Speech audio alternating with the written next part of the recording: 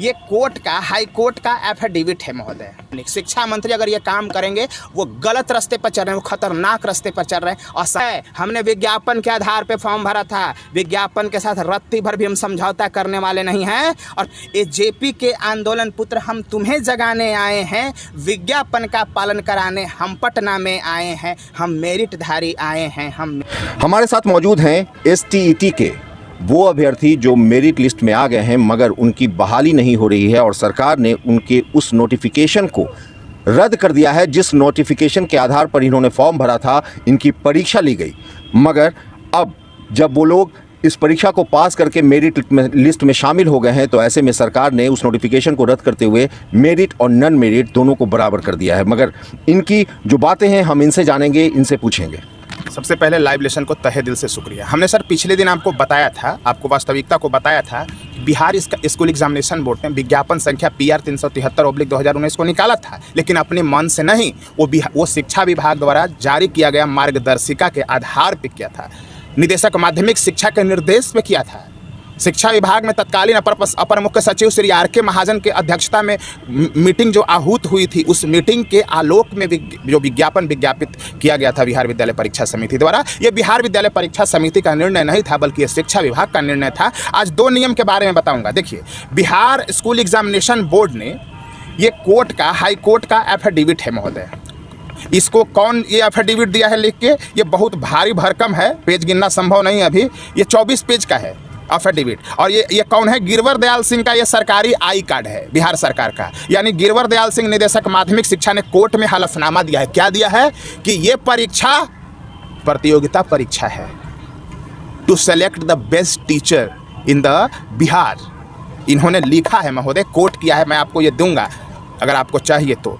दूसरा बात ये और सरकार कहती है, एक तो कि ये स्वतंत्र परीक्षा था, इंडिपेंडेंट फ्रेश एग्जामिनेशन था, जिसमें 37,440 लगभग पदों के लिए नियुक्ति की गई थी महोदय। लेकिन सरकार कहती है हम इसको 7वें चरण में ले जाएंगे और नियोजन नियमावली के आधार पर हम इसको नियोजन इकाई में नियुक्ति देंगे। गलत, असंवैधानिक। 3 मुद्दा है मेरे पास। पहला, हमारा जो विज्ञापन निकाला गया था, उस विज्ञापन के सारे 75 पेज का डॉक्यूमेंट्स मेरे पास है महोदय, और उसमें स्पष्ट रूप से ये लिखा हुआ था कि 2019 का स्टेट जो परीक्षा है, उसकी भर्ती का जो प्रक्रिया है वो दिसंबर 2019 तक पूरा कर लेना है। नंबर 1, ये 20 में आया नियम। कब आया? 20/8/2020 को आया महोदय। ये उसमें लागू कैसे हो जाएगा महोदय? हमने तो फॉर्म भरा था इसलिए ना कि हम दिसंबर 2019 में हम बिहार स्कूल, सरकारी स्कूल का स्कूल में हम टीचर बन जाएंगे। तो आप 20 में नियम बना करके हमको क्यों लपेटेंगे? नंबर 1, असंवैधानिक। शिक्षा मंत्री अगर ये काम करेंगे, वो गलत रास्ते पर चल रहे हैं, वो खतरनाक रास्ते पर चल रहे हैं, असंवैधानिक रास्ते पर चल रहे हैं महोदय। पहला बात। दूसरा बात ये है कि अभी तक जितने भी शिक्षक पात्रता परीक्षा होता था महोदय, उसका मिनिमम क्वालिफाइंग जो मार्क्स होता था वो 60% और 55% होता था, और अब इसमें क्या है? 50 और 45% है। तो दोनों कैसे बराबर आप कर दीजिएगा? 11 वाले लोग यहाँ आ जाएंगे वो 66 और 55 में, और ये 19 वाले 50 और 45 वाला % में आ जाएंगे। असंवैधानिक। तीसरा सबसे महत्वपूर्ण महोदय, कंप्यूटर साइंस का जो इसमें +2 टीचर के लिए नियुक्ति निकाली गई है, उसमें स्पष्ट रूप से ये लिखा हुआ है विज्ञापन में कि जो बीटेक कंप्यूटर साइंस किया है, वो कंप्यूटर साइंस का +2 का टीचर बन सकता है। लेकिन इस नियमावली के आधार पर उसमें जा ही नहीं सकता। इस नियमावली में +2 का टीचर बनने के लिए मास्टर्स डिग्री होना जरूरी है। तो इस विज्ञापन में तो फिट नहीं बैठेगा। वो सीधे अगर इस विज्ञापन क्या है, नियमावली का पालन अगर किया गया अधिसूचना का, तो सीधे सारे के सारे बीटेक कंप्यूटर साइंस के अभ्यर्थी इस प्रतियोगिता परीक्षा से बाहर हो जाएंगे। तो कैसे बाहर कर दीजिएगा? उनको अपने फॉर्म भरवाया, 3 साल तक इंतजार करवाया, आप उसको बाहर करवा दोगे?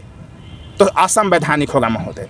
तो इसीलिए मैं सरकार से ये गुजारिश करता हूं, माननीय मुख्यमंत्री से गुजारिश करता हूं कि महोदय, हमने विज्ञापन के आधार पे फॉर्म भरा था, विज्ञापन के साथ रत्ती भर भी हम समझौता करने वाले नहीं हैं, और हम जिंदगी की हद को पार कर जाएंगे, कतई बर्दाश्त नहीं करने वाले हैं। और इसी आधार पर महोदय हमने एक कविता लिखा है, माननीय मुख्यमंत्री जी को सुनाना चाहते हैं आपके जरिए, और उस कविता को मैं पढ़ना चाहता हूँ आपके सामने महोदय।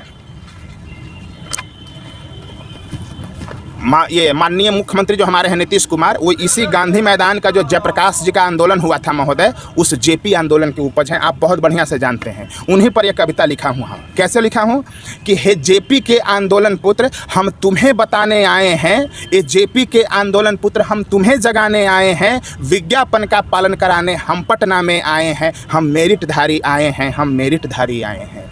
संविधान का पालन हो, संविधान का पालन हो, विज्ञापन का पालन हो, संविधान का पालन हो, विज्ञापन का पालन हो, सुशासन की याद दिलाने इंसाफ की बात हो। ये जेपी के आंदोलन पुत्र हम यही बताने आए हैं, हम मेरिटधारी आए हैं, हम मेरिटधारी आए हैं। हम कोई अपराधी नहीं, हम कोई अपराधी नहीं, हम विद्वानों की टोली हैं। तुम भूल गए अपने कर्तव्य को, यही बताने आए हैं। ये जेपी के आंदोलन पुत्र हम यही बताने आए हैं, हम मेरिटधारी आए हैं, हम मेरिटधारी आए हैं। अपने ही विज्ञापन से कोई सरकार पलट सकती कैसे? अपने ही विज्ञापन से कोई सरकार पलट सकती कैसे? ये कल्याणकारी राज्य में ये कैसा अत्याचार है? ये जेपी के आंदोलन पुत्र हम यही बताने आए हैं, हम मेरिटधारी आए हैं, हम मेरिटधारी आए हैं। अब देखिए महोदय, ये जबरदस्त बात है। आदेश, विज्ञापन, प्रेस कॉन्फ्रेंस, सब साक्ष्य हमारे पास में। देख लो दुनिया वालों, माननीय उच्च न्यायालय के महान न्यायाधीश महोदय से मैं कहना चाहता हूं, इस राज्य के 12 करोड़ जनता से, बुद्धिजीवियों से मैं कहना चाहता हूं, और सारे पत्रकार बंधुओं से मैं कहना चाहता हूं कि आदेश, विज्ञापन, प्रेस कॉन्फ्रेंस, सब साक्ष्य हमारे पास है। ये कैसा सुशासन बाबू, कैसा ये सुशासन है? हम विद्वान हैं, शिक्षक, मेरिटधारी आपसे मिलने आए हैं, आपसे मिलने आए हैं। ये जेपी के आंदोलन पुत्र हम यही बताने आए हैं, हम मेरिटधारी आए हैं, हम मेरिटधारी आए हैं। अब एक बात अंतिम में महोदय, अगर नीतीश कुमार जी बिहार के मुख्यमंत्री नहीं बन के कोई सूरत और बम्बई की कंपनियों में काम करते रहे तो बताइए बिहार नंबर 1 बन पाता? नहीं। हम भी बम्बई और सूरत की कंपनियों में काम नहीं करना चाहते और बिहार को नंबर 1 राज्य बनाना चाहते हैं, इस देश का और दुनिया में नाम रोशन करना चाहते हैं। क्या यह अपराध है? क्या अपराध है? आईआईटी और एनआईटी में पढ़ने के बाद यहाँ टीचर बनना कोई अपराध है महोदय? और इसीलिए हमने अपनी अंतिम लाइन लिखी है महोदय, 2 पैराग्राफ लिखा है कि हम अपनी हक को मांग रहे, हम विज्ञापन को मांग रहे, हम संविधान को मांग रहे, हम यही बताने आए हैं। ये जेपी को आंदोलन पुत्र हम यही बताने आए हैं, हम मेरिटधारी आए हैं, हम मेरिटधारी आए हैं। और एक पैराग्राफ अंतिम में मजा आ जाएगा सुन करके महोदय, कि जिस मिट्टी में जन्म लिया उसका कर्ज चुकाने आया हूँ, ताक पे रखकर सब कुछ अपना फर्ज निभाने आया हूँ। पैसे की कमी नहीं है महोदय हम लोगों को, पैसे हम लोगों को मिलते हैं, और जब पटना में रहते हैं तो आपके जैसे अच्छे लोगों से मिलने का मौका ही मिलता है महोदय। जब गांव में चले जाएंगे तो आपके जैसे लोग भी नहीं मिलेंगे, गांव की गलियां और टूटी फूटी सड़कें रहेंगी। तो सुन लिया जाए इस बात को, मेरा वो शिक्षा व्यवस्था सब कुछ दांव पे लगा रहा हूँ अपनी ज़िंदगी की, क्योंकि मैं गाँव की वीरान गलियों में जाने को तैयार हूँ महोदय, इस राज्य की सेवा करने के लिए। कि जिस मिट्टी में जन्म लिया उसका कर्ज चुकाने आया हूँ, ताक पे रखकर सब कुछ अपना फर्ज निभाने आया हूँ। ये जेपी के आंदोलन पुत्र हम यही बताने आए हैं, हम मेरिटधारी आए हैं, हम मेरिटधारी आए हैं। हम माननीय मुख्यमंत्री जी को यही बताना चाहते हैं महोदय, आप विज्ञापन का पालन करवाइए, आपकी साख को बचाइए, आपकी साख खराब हो रही है। शिक्षा मंत्री असंवैधानिक काम कर रहे हैं, उनको रोकिए। शिक्षा विभाग के अपर मुख्य सचिव श्री संजय कुमार जी को रोका जाए, वो गलत काम कर रहे हैं, उनको रोका जाए, अविलंब रोका जाए। माननीय उच्च न्यायालय के महान न्यायाधीश महोदय से मेरी हाथ जोड़कर विनती है, महोदय इन संवैधानिक पद पे बैठ करके असंवैधानिक काम करने वालों को अविलंब रोका जाए, वरना खतरनाक परिणाम होंगे महोदय इसके। आप लोगों को भी कुछ? हम लोग यही कहना चाहते हैं कि मेरिटधारी जो है बहुत मेहनत से पढ़ के आया है, और उस मेरिटधारी का अपमान नहीं होना चाहिए। माननीय विजय चौधरी जो है हर समय हर पल, और माननीय नीतीश कुमार हर समय हर पल जो है इन लोगों को अपमान कर रहे हैं, हम लोग को अपमान कर रहे हैं। चाहते हैं हम लोग यही है कि भाई मेरे जो मेरिट में है उसका सम्मान के साथ नियुक्ति हो, और लोग आशा उम्मीद लगाए हुए हैं पढ़ने के लिए, जागने के लिए, उठने के लिए, बैठने के लिए, अच्छे तरीके से जीवन बिताने के लिए, ताकि आने वाला भविष्य जो है बच्चों का जो है हम लोग संभाल सके। और मेरिटधारी को आप इधर से उधर फेंक रहे हैं, क्या मतलब है मन में? हम यही कहना चाहते हैं कि सरकार इसको पंचवर्षीय योजना ना बूझे, जो 2019 से जो बच्चे ये रिक्ति है 2019 से पहले की, और ये रिक्ति अभी तक फुलफिल नहीं हो पाया। अब आप सोचिए कि जिस स्कूल में मास्टर नहीं होंगे उस स्कूल में बच्चा एडमिशन लिया, वो 9th पास कर गया, 10th पास कर गया, आज इंटर में आ गया, इंटर भी कर लिया वो, और अभी तक मास्टर नहीं पहुँचे। ये दुर्भाग्य है हमारे बिहार का। आज बिहार नवाचार में सबसे नीचे है। जब नवाचार की इंडेक्स आती है उसमें बिहार सबसे निचले पायदान पे है। जब नीति आयोग की रिपोर्ट आती है उसमें सबसे निचले पायदान पे है। आज ऐसी स्थिति क्यों आ गई है? और नॉन मेरिट टीचर से पढ़वाइएगा तो आने वाला भविष्य खराब होगा ही। आपको हर लेवल पे आप नीचे जाइएगा, और आप कहते हैं बिहार की तरक्की होगी। बिहार की तरक्की कैसे होगी? ऐसे तो बिहार की तरक्की नहीं होने वाली है। इसलिए हम आग्रह करते हैं कि हमारी बात को जल्द से जल्द सुना जाए, नहीं तो अभी तो गर्दनी बाग में हम लोग आंदोलन ही किए हैं, आमरण अनशन पर बैठेंगे। आमरण अनशन में बैठेंगे और जब तक सरकार की मांग को नहीं मानेगी हम सरकार के विरुद्ध आवाज़ उठाते रहेंगे।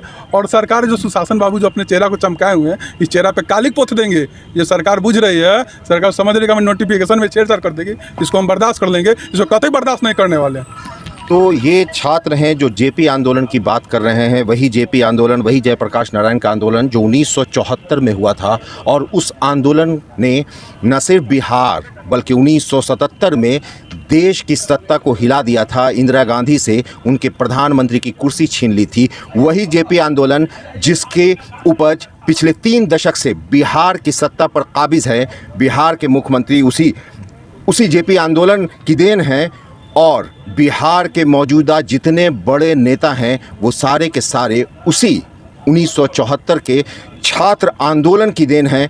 और आज फिर एक बार छात्र आंदोलित है, आज फिर एक बार छात्र परेशान है, छात्र फिर सड़कों पर है, छात्र फिर सरकार के खिलाफ आवाज़ उठा रहा है, सरकार को से रोज़गार मांग रहा है, सरकार से नौकरी मांग रहा है, सरकार से ये युवा अपना भविष्य मांग रहा है ताकि आने वाले दिनों में वो बिहार का भविष्य संवार